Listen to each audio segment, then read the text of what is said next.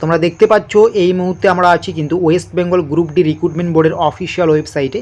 তোমরা প্রত্যেকেই জানো রাজ্যে কিন্তু 12কে অর্থাৎ 12,000-এর কিন্তু একটা গ্রুপ ডি এবং গ্রুপ সি রিক্রুটমেন্টের কথা দীর্ঘদিন ধরে চলছে বা চর্চিত আছে। তবে সেটা নিয়ে কিন্তু এই গ্রুপ ডি রিক্রুটমেন্ট বোর্ডের কথা শুনেই সেটা নিয়ে ভেবো না, তোমাদের 12,000 যে গ্রুপ ডি রিক্রুটমেন্টের আপডেট আছে সেটা নিয়ে আমরা আলোচনা করবো, সেরকম কিন্তু না। সম্প্রতি কিন্তু রাজ্যের মুখ্যমন্ত্রী মমতা বন্দ্যোপাধ্যায় কিন্তু সোমবারে যে মন্ত্রিসভার বৈঠক হয়েছে সেখানে কিন্তু একটা কথা ঘোষণা করে দিয়েছেন যে রাজ্যে কিন্তু প্রায় 1500 কিন্তু গ্রুপ সি এবং গ্রুপ ডি পদে রিক্রুটমেন্ট করা হবে খুব শীঘ্রই। কবে নোটিফিকেশন আসবে না আসবে সেটাও কিন্তু আমরা কিন্তু তোমাদেরকে জানিয়ে দিচ্ছি। রাজ্যের মুখ্যমন্ত্রী কিন্তু বলেছেন যে 1500 জনকে নেওয়া হবে এই শূন্য পদে, এবং এখানে কিন্তু দুই রকম কর্মী নেওয়া হবে। কিছু কর্মী নেওয়া হবে চুক্তিভিত্তিক কর্মী এবং কিছু কর্মীকে নেওয়া হবে কিন্তু এক ধরনের কর্মী রয়েছে চুক্তিভিত্তিক কর্মী, আর এক ধরনের কর্মী আছে স্থায়ী কর্মী। ঠিক আছে, এই বড়সড় নিয়োগটা কিন্তু হবে। এর মধ্যে কিন্তু জনস্বাস্থ্য কারিগর দপ্তরে কিন্তু 583 জন কিন্তু জুনিয়র ইঞ্জিনিয়ারকে নেওয়া হবে। জনস্বাস্থ্য কারিগর যে দপ্তর আছে সেখানে কিন্তু 583 জন জুনিয়র ইঞ্জিনিয়ারকে নেওয়া হবে।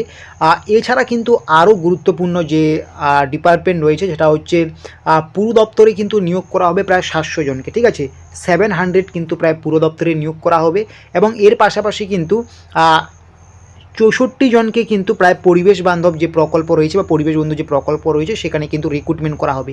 পাশাপাশি মন্ত্রিসভার বৈঠকে কিন্তু আরও একটা বড়সড় সিদ্ধান্ত নেওয়া হয়। গোটা রাজ্যের প্রত্যেকটি মহকুমা অনুযায়ী কিন্তু সমস্ত পুলিশ এলাকায় কিন্তু একজন করে আইনজীবী নিয়োগ করা হবে। তো বুঝতে পারছো তোমাদের কিন্তু পুলিশের ডিপার্টমেন্টেরও রিক্রুটমেন্টটা করা হবে। সমস্ত মহকুমা অনুযায়ী সমস্ত পুলিশ এলাকায় যে আইনজীবী যে একজন করে প্রয়োজন সেই রকম কিন্তু একজন করে আইনজীবীও নিয়োগ করা হবে। এরকমই কিন্তু রাজ্যের মুখ্যমন্ত্রী মমতা বন্দ্যোপাধ্যায় কিন্তু সেদিন মন্ত্রিসভার বৈঠকে কিন্তু এরকমই বললেন।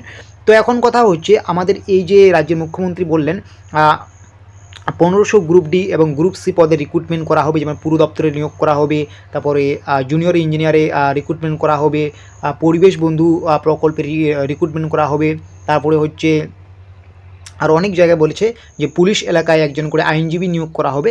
এই রিক্রুটমেন্টের প্রসেস কবে থেকে শুরু হবে বা কবে থেকে আবেদন প্রক্রিয়া শুরু হবে তো সেটা নিয়ে কিন্তু স্পষ্ট কোনো কিছুই জানাননি। তবে এটাই বলেছিলেন যে এটা খুব শীঘ্রই কিন্তু গ্রুপ সি এবং গ্রুপ ডি পদে কিন্তু এই রিক্রুটমেন্টটা করানো হবে রাজ্যে। এই সমস্ত কর্মীর অভাব রয়েছে, তাই কিন্তু স্থায়ী এবং কিছু চুক্তিভিত্তিক হিসেবে রিক্রুটমেন্টটা করানো হবে। এখন এইরকম কোনো ডেট মেনশন করা হয়নি কোন ডেট থেকে বা কবে থেকে আবেদন হবে। তবে তোমাদেরকে আমি বলবো এই রিক্রুটমেন্টের এখনও পর্যন্ত যা আপডেট, তোমাদের কিন্তু 2024-এ কোনো প্রক্রিয়া শুরু হবে না। এই গ্রুপ সি এবং গ্রুপ ডি যে 1500 রিক্রুটমেন্ট করানো হবে এটা তোমাদের কিন্তু 2025 সাল থেকে শুরু হবে। 2025 সালের প্রথমে বা ফেব্রুয়ারি মার্চ মাস নাগাদ তোমাদের কিন্তু অনলাইন প্রক্রিয়াটা শুরু হতে পারে, তার আগেও শুরু হতে পারে। যখনই আরও এর সম্বন্ধে ভালো কিছু গুরুত্বপূর্ণ আপডেট আসবে আমরা কিন্তু জানিয়ে দেবো। তবে ঠিক আছে, তবে আজকে আমরা যেটা জানালাম যে এটা কিন্তু খুব শীঘ্রই তোমাদের কিন্তু প্রায় 1500 গ্রুপ সি এবং গ্রুপ ডি পদে রিক্রুটমেন্ট হতে চলছে রাজ্যে। এটা কিন্তু রাজ্যের মুখ্যমন্ত্রী মমতা বন্দ্যোপাধ্যায় বলেছেন। ঠিক আছে, এবং সবচেয়ে বড় কথা হচ্ছে কবে থেকে রিক্রুটমেন্টের প্রসেস চালু হচ্ছে, আবেদন কবে থেকে শুরু হচ্ছে, এটা জানার জন্য কিন্তু তোমরা চ্যানেলটাকে সাবস্ক্রাইব করে অল নোটিফিকেশনটাকে অন করে রাখবে। আমরা কিন্তু পরবর্তীতে সেটা আরও ভালো করে স্পষ্ট জানিয়ে দেবো। ঠিক আছে, আর তোমরা যারা গ্রুপ ডি এবং গ্রুপ সি যে 12,000 রিক্রুটমেন্টের অপেক্ষায় আছো সেটার কিন্তু এই মুহূর্তে সেরকম কোনো অফিসিয়ালি আপডেট আসেনি। তবে খুব শীঘ্রই কিন্তু এটারও কিন্তু একটা আপডেট আসার সম্ভাবনা আছে।